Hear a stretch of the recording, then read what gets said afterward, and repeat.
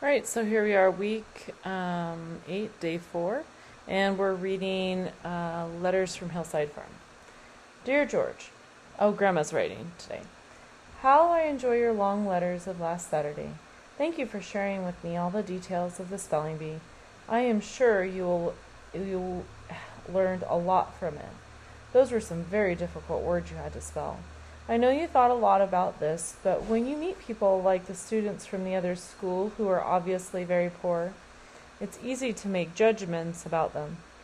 All that you've heard the saying, you can't judge a book by its cover. There is certainly some truth to it, especially when it comes to people. And I suspect, especially when it comes to poor people.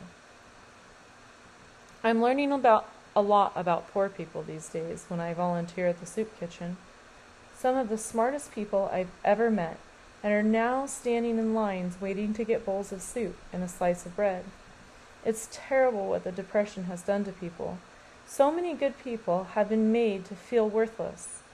You mentioned Amos and how his father cuffed him on the head after your team lost the spelling bee. Do you suppose that the way Amos's father treats him is one of the reasons that Amos acts like he does? It's something to think about. Keep the letters coming. Much love, Grandma S.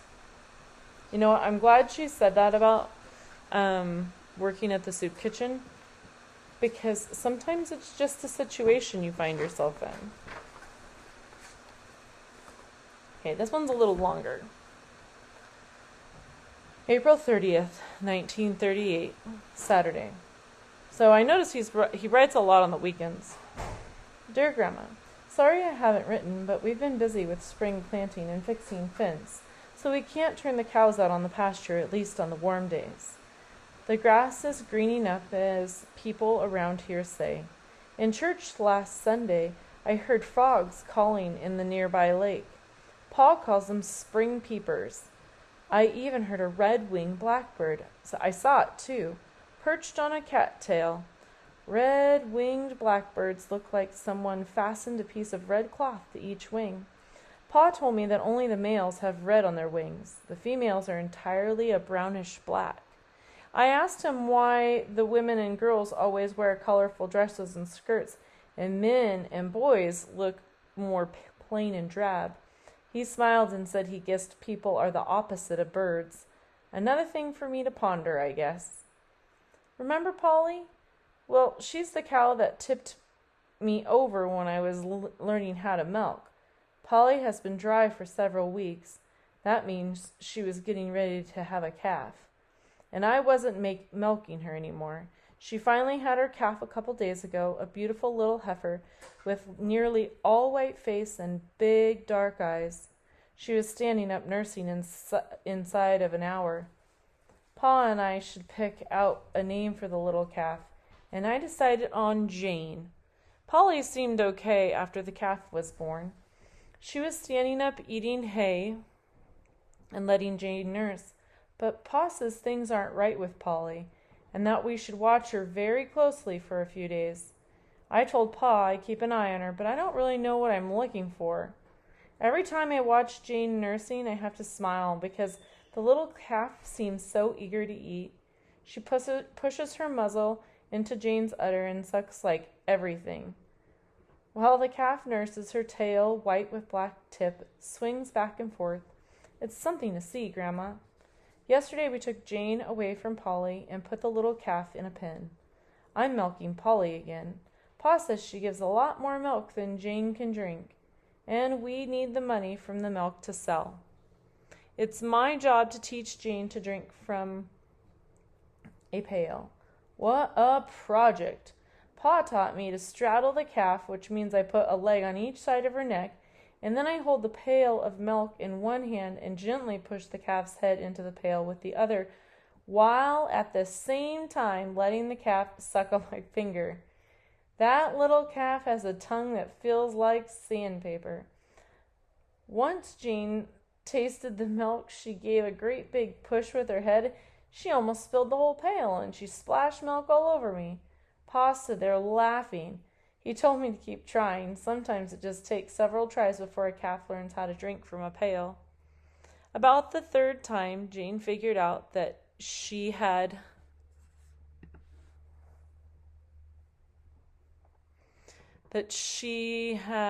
sorry.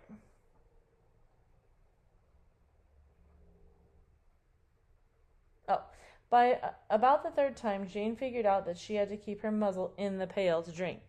Polly still isn't doing well, and Pa is worried. She didn't give near as much milk today, and she didn't yesterday, and she isn't eating much. I sure hope Polly isn't getting sick. Uh-oh, Dad knows something. He knows. Those farmers, they don't mess around with what they know. I haven't told you about Depot lately. Is he ever growing? He's outside a lot more now, and whenever I'm home, we are together. He even comes into the barn when we're doing chores. Just the other night, after I poured some milk in the cat dish and the barn cats had gathered, Depot decided he wanted to drink a drink of milk too. Big mistake for Depot. He pushed his way up to the cat dish, and a barn cat scratched him right on his nose. He yipped and ran toward me where I was milking the cow, and I think he learned not to mess with barn cats. We got the barn cats from our neighbor, Mr. Williams. He has more than he needed, and he gave us 4. These cats are not pets, though. Far from it. According to Pa, barn cats have one purpose, and that's to catch mice around the barn. Has spring come to Ohio? We are all happy to be through with winter here in Wisconsin. At least we are through with it. Your grandson, George. All right, so a couple of things from my history journal. So Grandma talked about the Great Depression, and that's kind of one of the reasons why we're reading this, and we're learning about writing letters and journaling and communicating in that form. So today I'm going to write week 8, day 4. And I don't know if I told you this, but you guys are going to be doing a letter to the Veterans Home for Veterans Week next week. You guys are going to read a book on Veterans Day, and you are going to write letters to the Veterans Home in the Dalles. And it's called Project Letter Writing. So we're going to send them some letters and let them know what our thoughts are on what a veteran means to us, and thanking them for their service. There'll be some samples next week. Letters from Hillside Farm.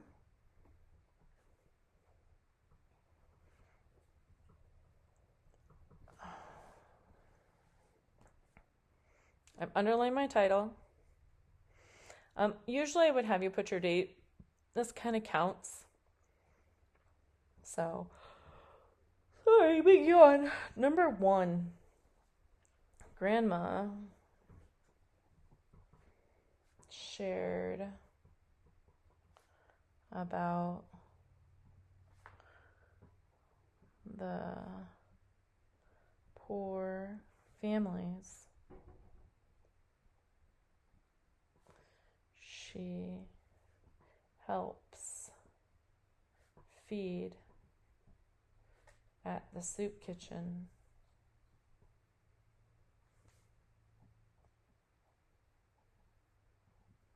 During the Depression.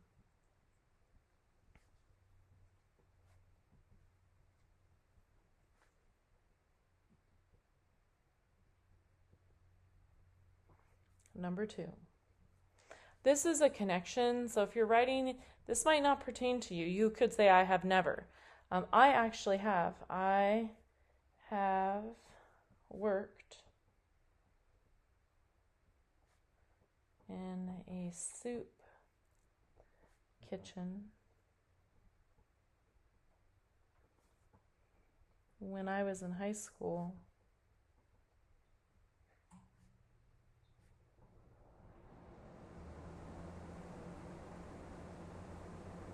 Number 3, I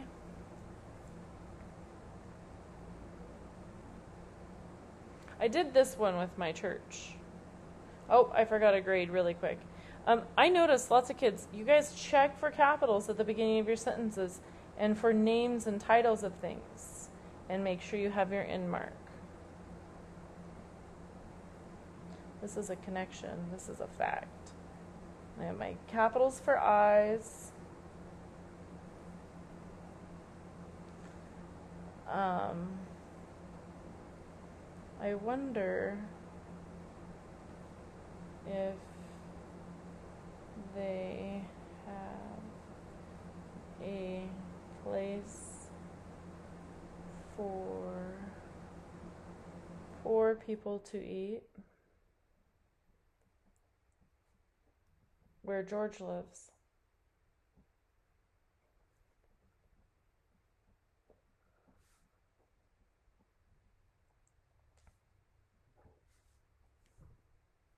Oh, that's a question mark.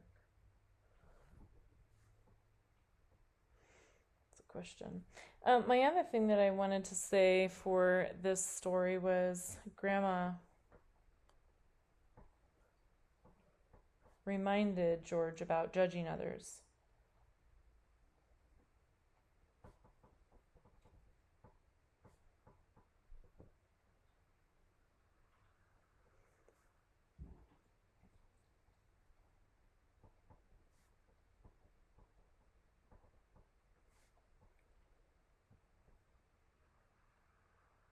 Even poor people. She actually said, especially poor people, because she was talking about how a lot of them are really smart. My fifth one, I have to predict. I don't think, oh, capital for George and Grandma because she's the beginning of a sentence, and I have my end mark. So I get my 2 points for that being about that story. And this was, again, a fact about that. I kind of figured she would say something to him when she wrote the letter about the kids, the boys and the girls not looking very, like they had nothing. And it was definitely a judging statement. The last one is I predict Polly. Is that the cow's name? What was it? It said, oh, Polly. Polly will need a vet. I hope she doesn't die. I turned that into a comma because this is connected to that. I hope she doesn't die. And technically, I could turn this into a colon. I hope she doesn't. Oops, I guess I could spell it right.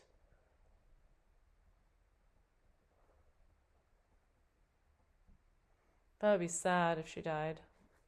So capitals for eyes, capital for Polly, and my end mark. All right. Letters from a Hillside farm. I hope you guys are enjoying this story.